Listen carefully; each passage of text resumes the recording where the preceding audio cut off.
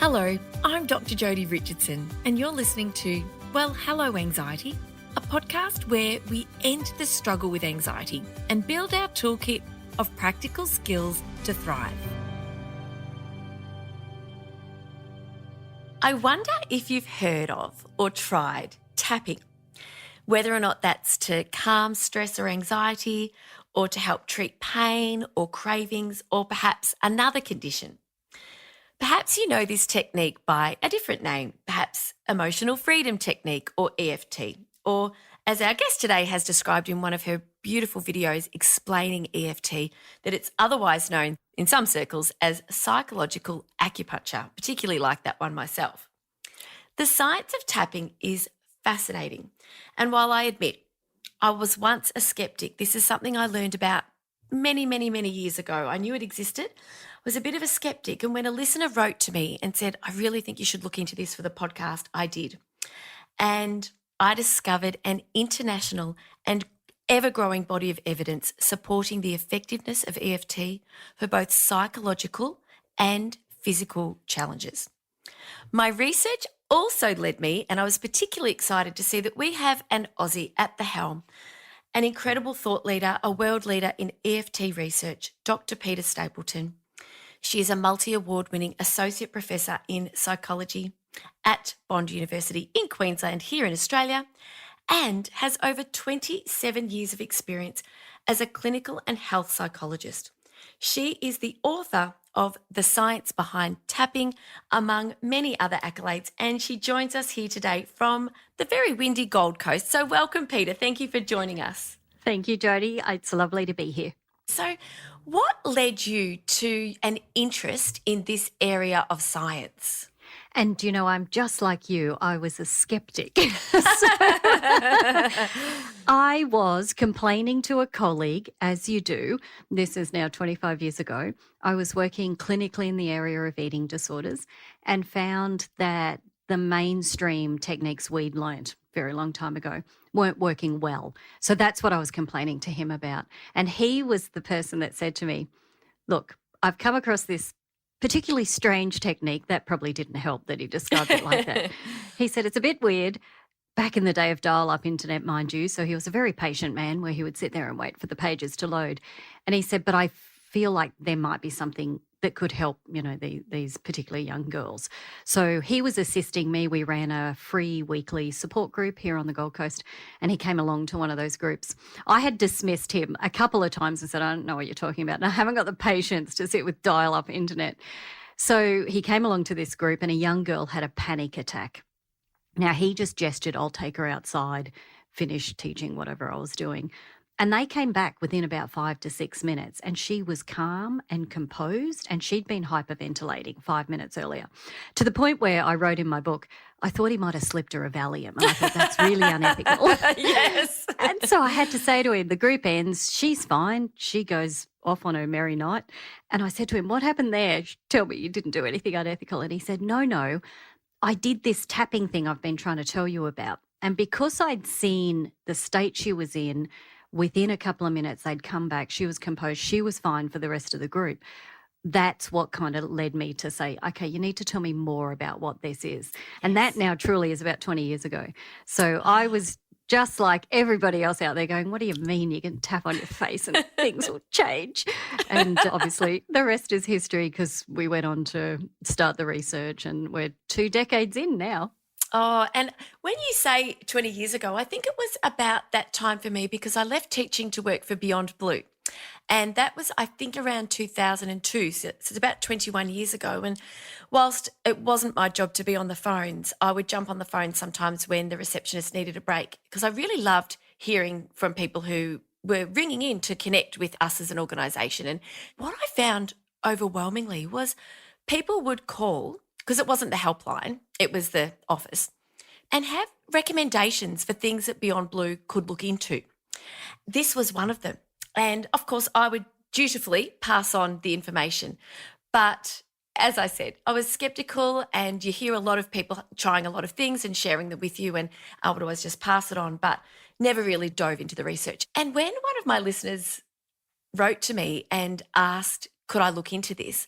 I thought, absolutely. Of course I will. And oh my gosh, it certainly changed my line of thinking around it. And we've got you to thank because when it comes to anxiety, I live with anxiety and anxiety disorder. And whilst it's mostly well managed, I care so deeply about supporting others. And these techniques are accessible and they're quick and they're effective.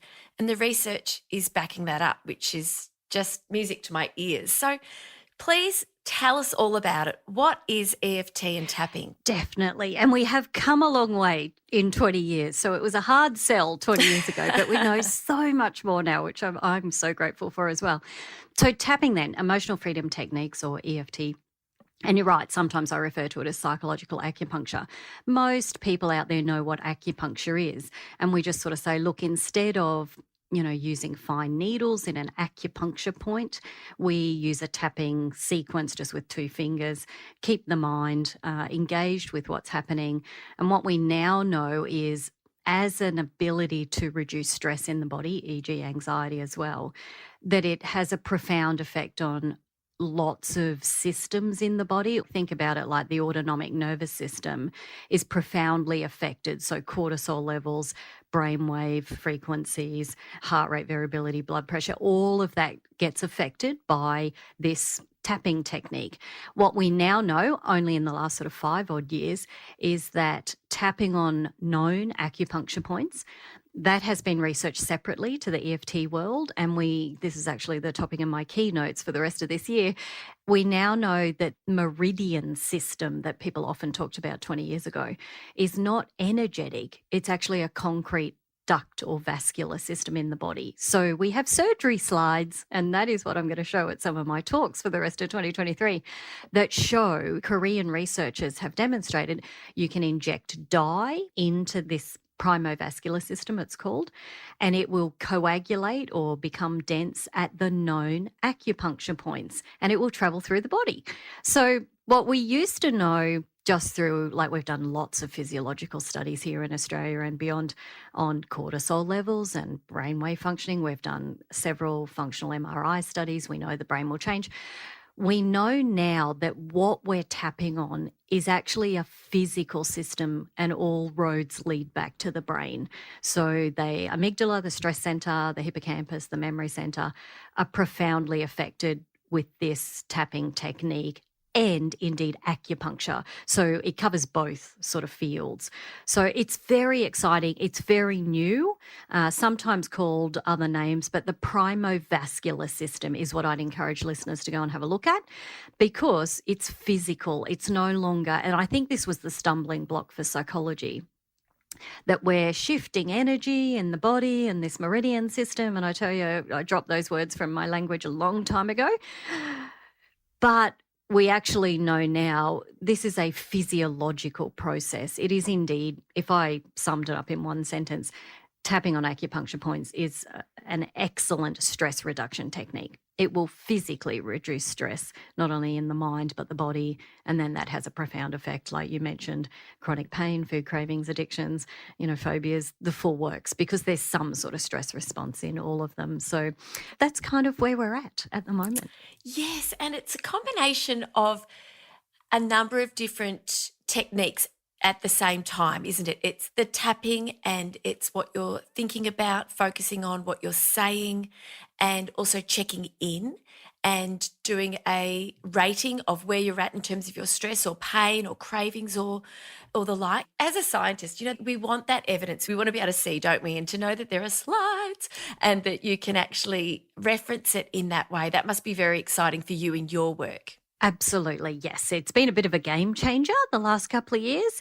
And whilst the studies have been building, over 300 studies in the field, and more becoming really scientific in terms of, functional MRIs and cortisol testing and heart rate variability and things like that. But to know we actually have this physiological explanation, and we do know the mechanism by which the body will turn that tapping technique into an electrical signal, so it ends up back at the brain. And like you mentioned at the beginning, it can be so easily self-applied that whilst people might go and seek more support with somebody that's trained, it's such a good self-regulation technique. We call it tapping first aid for children as young as 5 right through to, our older generations. I just have never in my whole academic career come across anything really this good. Oh, goodness me. It's a very exciting field to be working in, I can just imagine. And you're about to travel, although by the time this is actually released, you will have been in Melbourne for a very large conference, I understand. Yes, so Mind Heart Connect is an organisation that brings together evidence-based sort of tools for the mind and body. They like to feature tapping, also meditation, mindfulness, those types of things. And we are in Melbourne in April 2023. So anyone can sort of watch that space as to what we do after that. But yeah, it's all about sort of bringing together speakers that perhaps, don't normally come out to our corner of the world and share their skills and their gifts as well. It's very exciting. And yes, it's a really beautiful experience to be speaking at a conference and connecting with other like-minded professionals. So I hope you have a really brilliant time. Peter, could you please talk to us more about, you mentioned earlier about the tapping converting to an electrical signal, and what are some of the various aspects of the tapping procedure or the prescription, if you like, when it comes to undertaking tapping and getting the benefits from that technique? Definitely. And this is where perhaps we talk about it being the fourth wave of therapy, in that, our first waves were psychodynamic and behavioralist, and then certainly our cognitive behavioral and mindfulness, acceptance and commitment waves.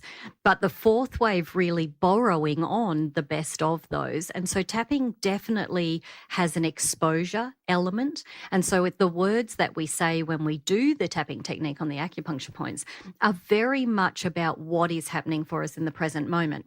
So that can throw people, because we often get asked, why am I saying my problem? So that's the exposure part, which is used in CBT for exposure for phobias or obsessive compulsive disorder. So it's the same thing. It's just that the tapping on the acupuncture points is the part that will bring down the physiology, regulate that person's kind of mind and body, while they're staying mindful. So it's a very mindful technique. And I say to people, if you just walk around the house and tap on acupuncture points, but you don't think about anything, nothing will happen because the brain's not engaged. It might make you feel a little bit regulated, but really we don't use it unless we're kind of feeling a sensation we would like to reduce. So that part of, why am I saying the negative is very much about you're saying the truth of what's happening for you at the moment. So if you do feel really anxious or worried about something that's happening tomorrow, they are the words we would use as we're tapping on the acupuncture points, that I'm really worried about what's happening tomorrow. I'm worried about that speech I have to give. I'm worried that I have to get up in front of the class, whatever it might be. And so that word or phrase just gets substituted for the very state that you're in at the time. So if you're angry, you're in pain, you've got a food craving, whatever it might be, you don't want to go exercising, that's what you say. So it's very versatile, in that the only thing you're changing is the words that you're saying in the moment, but you must do the tapping to get the outcome, not just say the words. Yes, and that was going to be my other question, because of course in research it's about working out which variables contribute and combine together to cause an effect, or whether or not it's one or another. And so of course that research has been done. And so because I'm so passionate about acceptance and commitment therapy, I really love that beautiful combination of techniques and strategies that certainly listeners to this podcast will be familiar with, but as a general population, we understand the role of mindfulness, even if we may not practice it as much as we might like to. We understand that mindfulness is really powerful when it comes to our mental health and our emotional regulation. We know that acceptance, not everybody does. Part of my job here at the podcast is to help people learn more about acceptance. And I wonder if you could just sort of take some of the myths away from the idea of acceptance, because sometimes people think that means, it's kind of like when you practice forgiveness, it's almost like condoning what the person did to treat you poorly, which it's not. So can you talk to us a little bit more about acceptance before we talk a bit more about the tapping? Yeah, definitely. I mean, even as far back as kind of, Carl Rogers and Freud's kind of era, they all suggested that change occurs for us with the first step of accepting that our current reality is the way it is.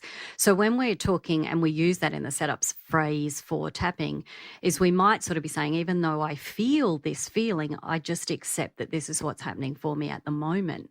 So it doesn't have to necessarily be the acceptance of someone's behavior if they've done something negative towards you, but it's that I'm accepting this is my reaction and I'm honoring that's where I'm at the moment.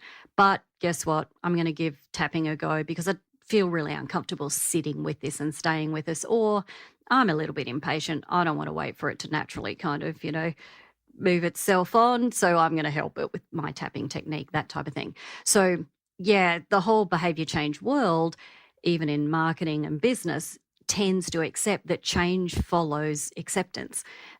It's just really about I'm accepting what's happening for me just right here, right now.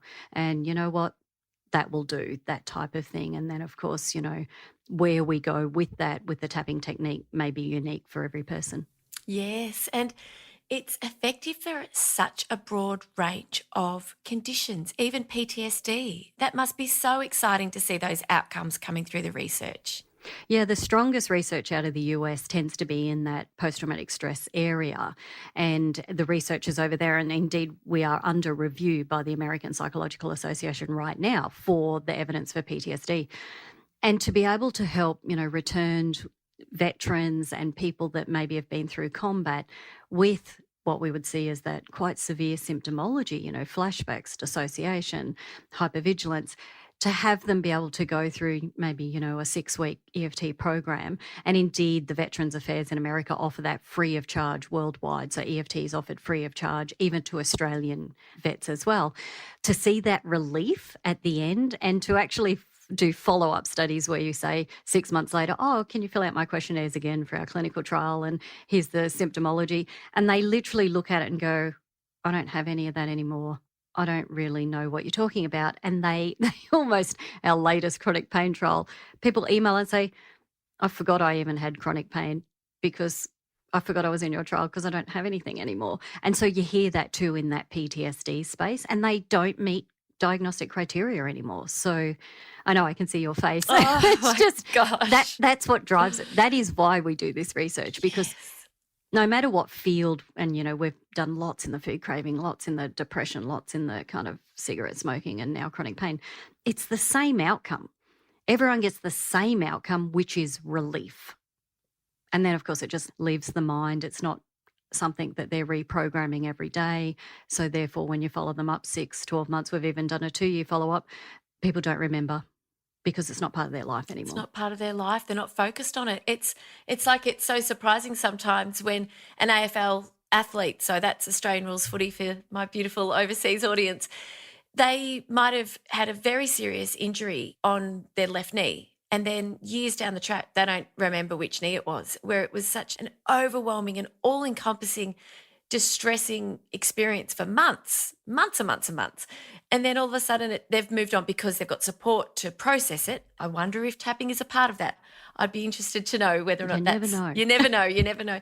And so that's really interesting because listeners to the podcast here are no doubt facing a variety of challenges or know someone or love someone who does, and anxiety being at the heart of why we've come together. And that's really brilliant to know that it's not only in the moment that you can, and look, what you might notice, Peter and listeners, what I'll share with you is that my anxiety has been high lately, and I'm actually in the process of doing some breathing retraining because I'm become very aware that my breathing is not where it could be to really support me psychologically and physiologically. So every now and again, you'll hear me take a big breath, and it's all shoulders and upper chest. So I'm working on that at the moment. But I'm really excited about this idea of tapping, and I haven't tried it yet because I wanted to talk to you and get the inside absolute expert advice before I give it a go.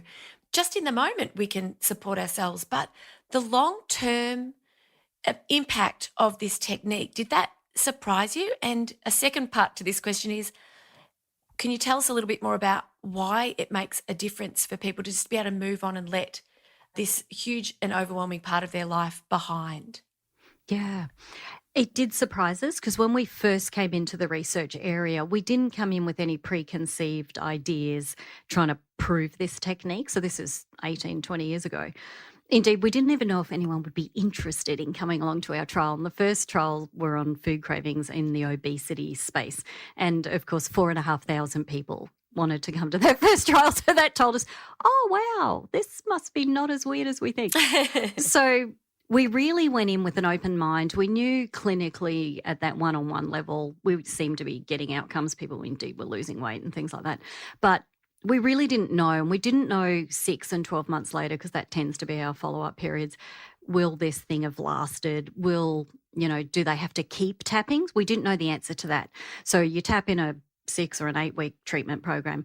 Do you have to keep tapping after that? And ultimately, the answers to all those questions is no, you don't have to keep tapping. So if you address whatever the issue is within the kind of, realms of a clinical trial, most people, we're all human. No one wants to do homework because we're beyond that in our lives. And so they didn't. And did you do any tapping? No, I haven't done any tapping since your trial. Yet the outcomes held. So there is a theory, and it's certainly for lots of other therapies too, called memory reconsolidation, which shows when you address something in the moment and have a competing response, so you have high anxiety, you have anger, you have pain, but at the same time that you have that present, that you're being mindful, there's an opposite reaction happening in the body. And for us, it's a tapping technique on acupuncture points that's sending a calming response.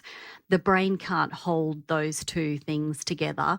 So calm wins, which is fabulous for all of us. So I say to people, it doesn't matter what you do when you're feeling anxious, as long as you can give your body the sensation of a calming response, and breathing might be that at the same time.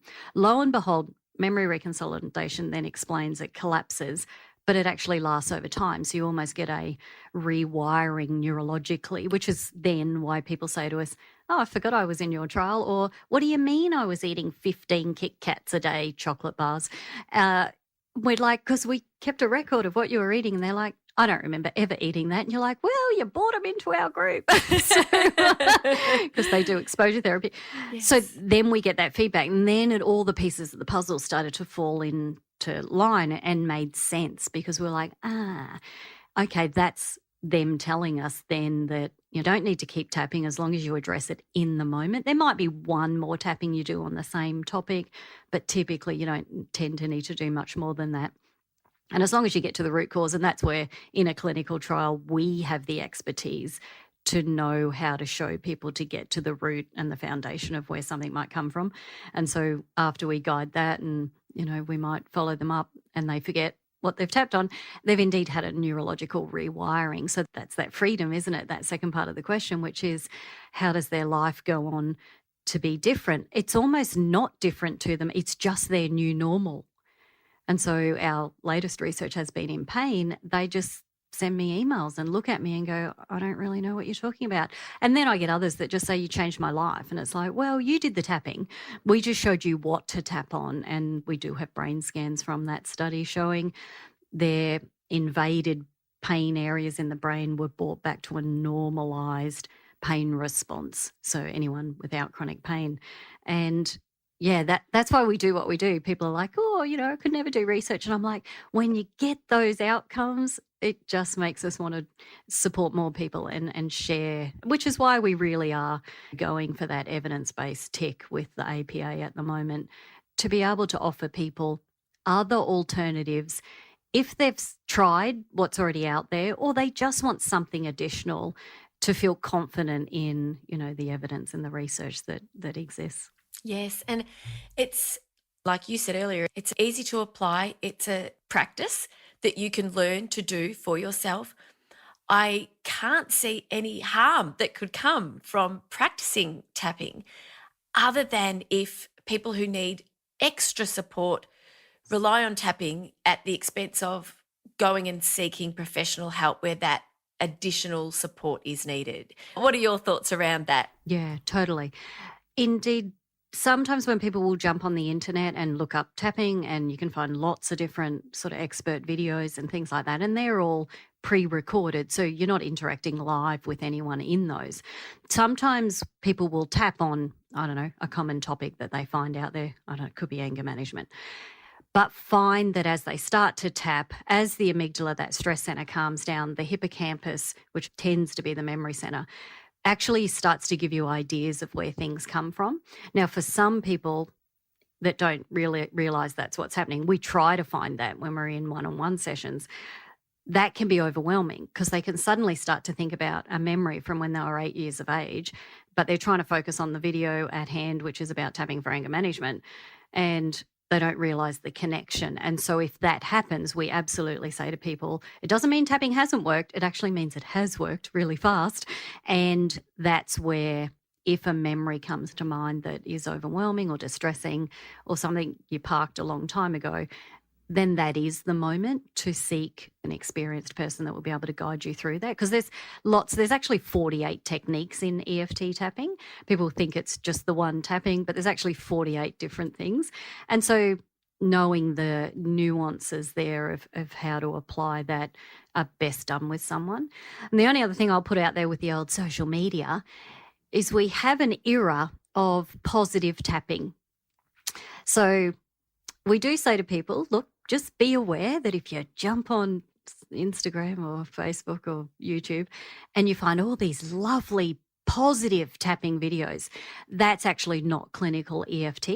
Clinical EFT is about acknowledging what's happening for you and reducing it to a 0 out of 10 if we want to put a number on it.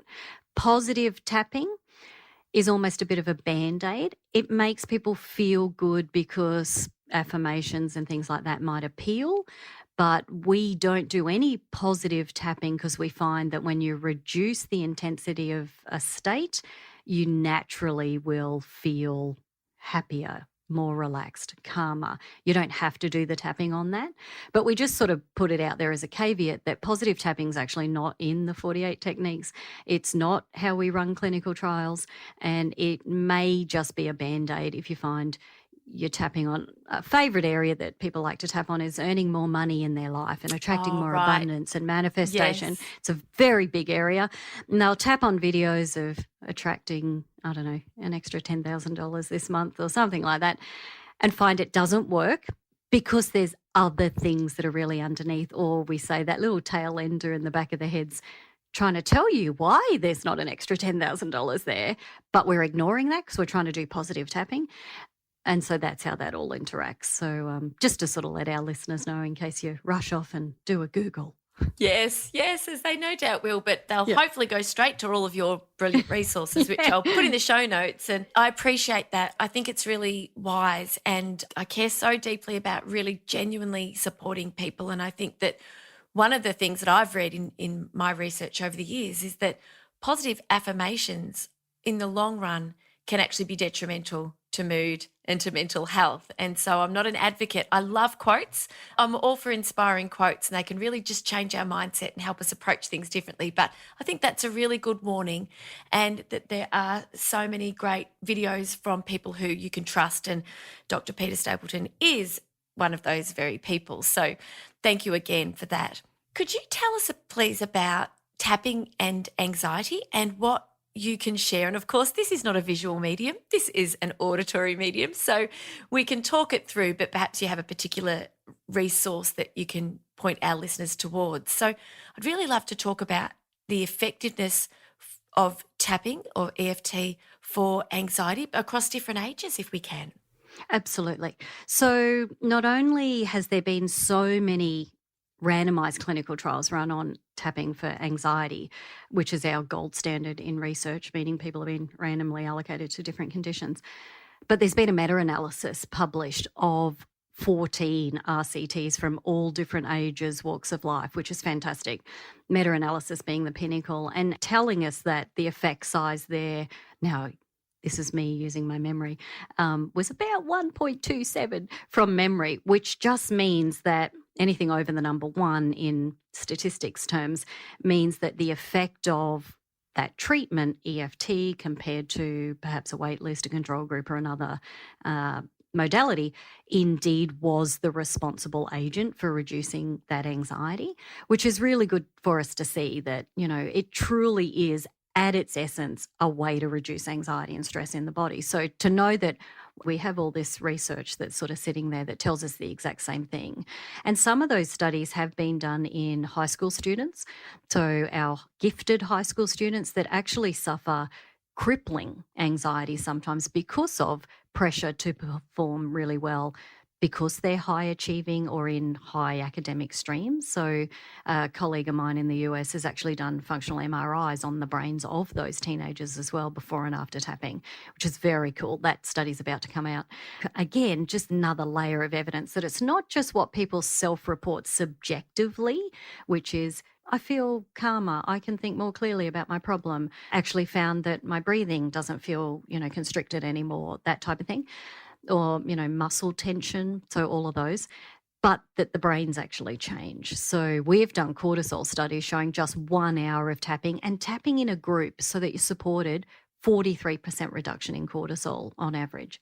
So, we've got the physiological stuff to back it up, but it is such a unique, fabulous way that we even teach, I referred to it before, tapping first aid for anxiety, which is not to even say any words, but if you notice that you're in a state of tension, so that could be you notice your breathing, you notice tension in your muscles, maybe the jaw hurts, that type of thing. You didn't sleep well last night. You can just do what we call tap and breathe. So you can just tap on the acupuncture points, and though the handout is on my website, I know we'll include it below, so that you can just see the points and you just tap with 2 fingers and all you do is just take a comfortable breath on each point and you move around. And even little ones like as young as 5 and 6 years of age will do this. They don't actually want to know the science, which is fabulous. They will just follow you. Yes. And would you believe there's actually research that's been done on pets, so dogs and cats. So veterinarians now, particularly some here on the Gold Coast in Brisbane, actually teach in the waiting room tapping on the exact same pressure points, around the eyebrows, under the eye, on the snout, down the base of each side of the spine, because there's acupuncture points, which is why when we rub a baby when they're a little one and we're soothing them and we're rocking, you're actually inadvertently touching acupuncture points all down that spinal cord. So vets that teach their owners, can you please just tap on your anxious dog who knows why they're here? Yes, and wants to be somewhere else. I have a little cavoodle and tap on him all the time, and they openly yawn as they discharge that energy, and that tension. So even tap and breathe as just a regulation activity, and we say do it every day for 5 minutes. It has a cumulative effect. If you do think of something and go, oh, maybe that what happened yesterday might have contributed to my poor night's sleep, you can write that down, park it, come back to it later, but just tap and breathe as a habit. Well, we are taking this into schools, but I just think, can you imagine the generations that are yet to kind of come that just do that as a regulation activity, just as a normal thing to do. Yes, that is it. I am just, I'm grinning. My cheeks are hurting for 2 reasons. Number one, my anxiety has been really high. And when you were saying about the restricted breathing, the sore jaw, the muscle tension, and particularly our son was in the ED last week. We've had 3 chickens die in the past week. I had to take 1 to get them put down at the vet. But I have just been coping with a lot, and I presented this morning to a big group of staff, which is work I care about so deeply because I care. Of course, we care where we're anxious, but this is just going to be another tool in my toolkit. And the breathing change that I'm undertaking, plus the tapping in combination with all of the other things that I've always done and I share here on the podcast, I feel really excited for me personally, for our community, and also for young people who are experiencing anxiety.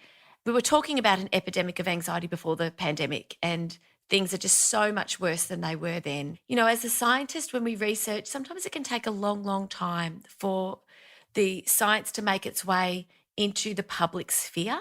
And so I really just applaud you, and I can understand why you're just so passionate about this work because of the difference it makes so quickly, how easy it is for people to learn, and to apply, and that it's not just in the moment, but it's got the long-term benefits. So how do we do it, please, Peter? Yes. How do we do it? Tell us how.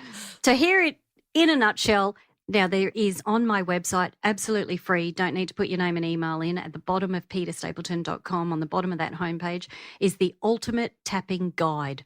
You can just hit download now, and all of what I'm talking through now will be included in that. So lots of other kind of free resources in there. Ultimately, when do we do tapping? When we want to reduce an uncomfortable state that we're in. So tends to be a feeling for most people. The thinking part can change as a result of that, but you can target a negative thought as well. So totally up to you. But let's just go with a feeling for the sake of it. Just say you're feeling really anxious. We'll use that. It's a great kind of common one that most of us can feel. We would normally sort of say, look, do you feel it anywhere physically in your body? And if you do, you can just think of that area as you do the tapping technique. As we're doing it as a self-help technique and not in a therapeutic setting, we would say just use a number scale 0 to 10 so that you know change is happening. 10 would be the highest and 0 would be I'm so completely relaxed. I'm like a cat curled up, not worrying about anything. I have dogs, not cats, but you know what cats are like. Yes. So you can guess. You don't need to worry too much if a number just pops into your head. It just is what it is. Don't question it. And if you find the first round of tapping makes the number go up a little bit, that tends to be a more accurate representation. So sometimes we might guess a 6. We do a round of tapping and then we go, oh, it's actually probably an 8. That's okay. Just start where it's at.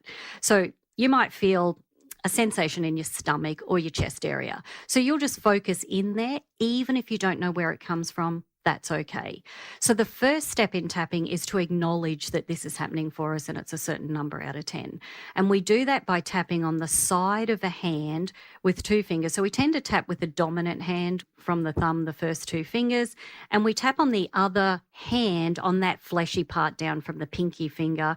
We used to call that the karate chop point because people know if you karate chop a plank of wood. The veterans movement around the world asks us to change that to side of the hand. And so everybody honours that by not using that language. So we tap there while we say a phrase, which is just to help us tune in. And that phrase tends to be, even though I've got this feeling in my stomach at the moment, or my chest feels really constricted, and look, it's an 8 out of 10, I accept this is how I feel right now. And that's all it is accepting. Little children might just say, and my mum still loves me. Even though I want to punch my sister, my mum still loves me. That second part is really just for us as adults accepting this is what's happening for me at the moment as we tap there. Now, as we tap, there's 8 acupuncture points that we tap on. We just say a reminder phrase from that statement. And the reminder phrase tends to just be the feeling. So it just keeps you focused so that you don't drift off in your thoughts. Now, the first point I'll just talk you through, but anyone listening can tap as you go, is the start of the eyebrow point. So the start is where the hair in the eyebrow, and you just tap there gently, and you would just say, I feel really anxious. The next one is the side of the eye. So if you have glasses on, it's just under your glasses. And again, you just say in your mind or out loud, I feel really anxious, or this anxiety feeling in my chest, wherever it is. Next one is under the eye. So on the bone, so under the eye, I feel really anxious. So you're repeating the exact same thing, just wherever it is in the body or however you want to describe it. Under the nose is the next point. I feel really anxious. Next one's on the crease of the chin. I feel really anxious. So under the lips there, so where that crease is. The next one is, and we have 2 of them, where the end of the collarbone is sort of at the base of your neck. If you come down about an inch, people like to tap on both of those there. So again, tapping there, I feel really anxious. The next one is under the arm. So we tend to cross over the body under the arm. If you're a female and wearing a bra, it's the top bra strap. Nice and easy. If you're a man and not wearing a bra, it's 4 fingers from your armpit. So it's about there. And so that's point number 7. I feel really anxious. And then the last one is the dead center of the head. And sometimes we just use an open palm. I won't do it so that the microphone doesn't echo. And that would be the end of what we constitute one round of tapping. So it takes about 20 seconds. And so all you're doing is tapping, saying where the feeling is, what the feeling is, how bad is it out of 10. So you could do 2 or 3 rounds of tapping before you pause and just sort of check in, might have a sip of water and just say, how's it feel right now? Is anything else coming to mind? And if it is, you can jot that down, come back to it, but you could just keep going with the physical sensation. And certainly we teach this for people for sleep, insomnia, to go back to sleep, like to get the mind to stop racing if anxiety is getting in the road of sleep. So normally what's keeping us awake is, I'm one of these people, way too much thinking. It's nice and quiet. I'm like, ooh, I'm going to solve all the problems of the world while I'm trying to go to sleep. So I will tap on, I'm going to give you one extra tip. I will tap on things like my racing mind, my busy mind. My mind is too noisy. I can't go to sleep. So remember, we're saying what's happening. And so after 2 or 3 rounds of saying my busy mind, I might start to say, I'm going to welcome sleep. So after I get that down, then I start to say, I'm welcoming deep, I actually say deep restorative sleep, even if I only have 5 hours left. I'm welcoming deep restorative sleep. And would you believe, even if it's a short period of time, you feel more restored, but you don't go for that first, you go for what's happening. Yes, acceptance first. Acceptance first. So one thing about sleep is we have 3 functional MRI studies that have come out of Germany where they had their people go inside the MRI machine, different issues. One study was on fear and disgust imagery. They made them look at that, created that sensation of fear or disgust. And then they had a couple of studies done on patients who were genuinely phobic of flying, and again showed them images. When they were inside the machine, they said to them, all those pressure points we taught you to tap on, just think of 3 of them that you can remember and imagine tapping on them. So don't physically tap on them because you can't inside an MRI machine. Imagine tapping on them while you think of the feeling, fear, disgust, fear of flying, and the brain still fired as though you were tapping physically, which is brilliant for the sleep process. Yes. So we actually have hardcore evidence that you can actually just lie there and think of touching those pressure points, still say the words, but the brain will still do what you intend it to do because it activates the acupuncture point, and we have MRI research that shows that. So how fantastic. Oh my goodness. It's a very, very exciting area of science and research to work in, I can only imagine. And for you to be able to share what you've just shared with us, and that it's applicable at any age, like you say, from 5 years old up, for kids to be able to use the same points, and we just adjust the language. That's right. Yes. That's all yes, it is. It's all it is. Thank you. And so today we've covered what it is. We've talked about the research. There's so much more we could have talked about, and our time has come to a close in a blink for me. But hopefully for you listening, if you, like me, were once a skeptic, hopefully you can adopt the stance of a scientist yourself and become curious about it. And that's what I invite you to do now, is to have a look at Peta's website. She's so generous with sharing the research. There are videos, they're really beautifully explained, and you can see the demonstration that Peta has just talked through on the podcast now. And so I'd really encourage you to do that, because in doing that you can trial it for yourself and experience it for yourself, and then decide how it is that you might like to progress, whether or not you'd like to do some EFT first aid, or whether or not you'd like to what were you saying before, Peta, that we can do the self-help version or we can do the clinical treatment version? Yes. And so how would somebody listening find a practitioner that they could work with? Yeah, so even just head over to my home website, so petastapleton.com. We have links there to all the major organisations around the world that have accredited or certified EFT practitioners. Many of them are licensed healthcare professionals as well, so psychologists, psychiatrists. Reach out if you can't find someone appropriate. We'll always answer emails. So we do really genuinely want to connect, and I might actually give you the link that if someone does know a returned war vet that wants to access all of this free of charge, I'll give you the organisation that covers the world, so you can find someone in your area, including here in Australia and the US and the UK and beyond, for access to that free option. Thank you. Thank you very much. And so, Peter, you've shared so much of your time and experience and expertise with us today. We're very grateful. Peter, PetaStapleton.com is your website. And what I'll do is I'll also link in the show notes to some of the particular resources that you've shared. Where can people connect with you through social media? Yeah, so Instagram is a really active live community in the EFT space. So I'm just on Instagram as by my name, LinkedIn, Twitter, Facebook as well. So you can find me in all those places. And we share mostly the research and what's happening. We also share, here's some examples of what you might want to tap on in this area. So we certainly share the outcomes in that practical way. So we have like a week on sleep or a week on chronic pain, and we'll give you the tips or the setup statements to follow and things like that. So basically all of them we will cover, but it'll tend to be wherever your happy place is, we repeat that message. Yes, thank you very much. And if you know of someone that you think might benefit, please share the podcast episode. Please share Peter's details and connect them with Peter through tagging them in Instagram or something similar if or when you give this a go. Please let us know. DM us on Instagram or jump onto one of the posts on Peter's page or my page, and that'll all be in the show notes. Let us know your experience, because it means the world to professionals like ourselves who really want to make a difference, for people to know that by sharing this information, we've reached people who have adopted the ideas, taken them on board, and found that they've made a meaningful difference. So thank you, Peter, very, very much for joining us today. My absolute pleasure, Jodi. Thanks everyone for listening. Yes, thanks everyone for listening, and I'll see you next week. Take care. Bye. Thank you so much for joining me for this week's episode. If you enjoyed it, please subscribe and leave a review. To keep the conversation going, I'd love you to join me over on Instagram. You'll find me at Dr Jodi Richardson. Also, if you'd like a copy of my free 5-day mini email course, Calm Your Anxious Brain, then jump over to my website, drjodirichardson.com, and you can sign up down the bottom.